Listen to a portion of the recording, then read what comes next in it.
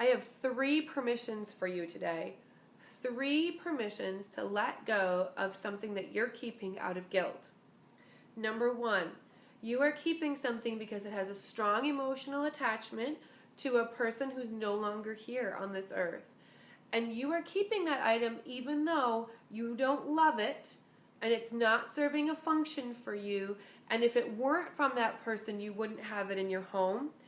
Here's your permission from me to let it go. I am standing in front of my grandmother's hutch. I have a lot of amazing memories of my grandmother's home, and every single piece of furniture in her home brought back a lot of those memories for me. I could create a story about every single piece, but if I kept them all, I would be buried by them. She had a lot. So I kept my favorite. I kept the piece that I could make my own. It was a mismatched, discounted piece of furniture when they bought it, which I love that my grandparents are thrifty too. And so I didn't feel guilty about painting it because it had some dings and some scratches. And now I use it to store CDs and games. And even in our tiny rental for this year, it serves both beauty and function for me. And now because I let go of all of those other things that did have attachment, this one sings. It's magnified my emotional attachment to my grandmother and my memories, not diminished it because I let go of everything else. Does that make sense? The second reason that you might be keeping something is because someone gave it to you or you have a lot of guilt about letting it go. Here's another set of permission. Let it go. A very dear friend of mine had a collection of a certain item. We'll call it snowmen. Everybody knew when she first got married that she loved snowmen. And so she had oodles and oodles and oodles of snowmen.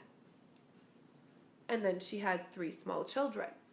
And you know, when we went through that room, we realized she was never going to put out 100 ceramic snowmen again. But there was this, what if everybody comes over? Here's what we did. We kept 5 or 6 that she could easily set out from the people who come to her house the most often, and we let the rest go.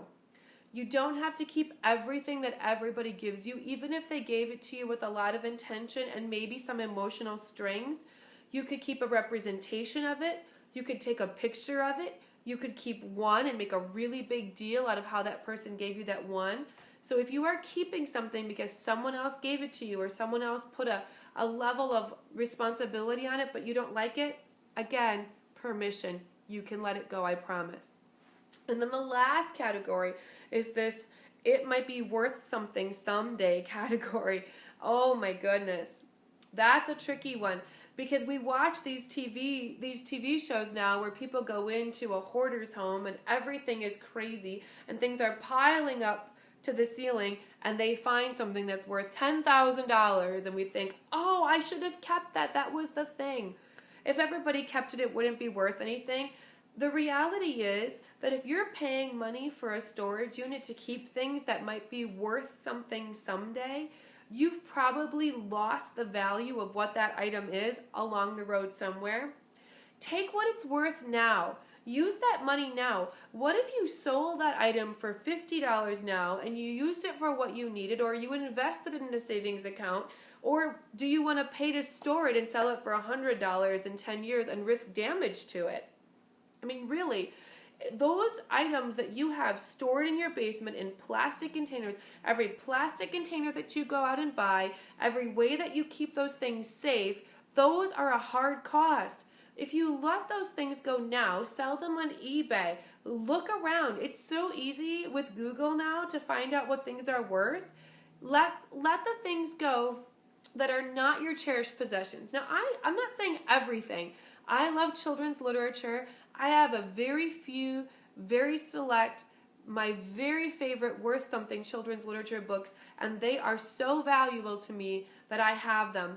But a lot of the other children's literature books that meant less to me or maybe didn't feel as valuable, I let go when we moved because they were taking up space on bookshelves that kids were knocking over every day.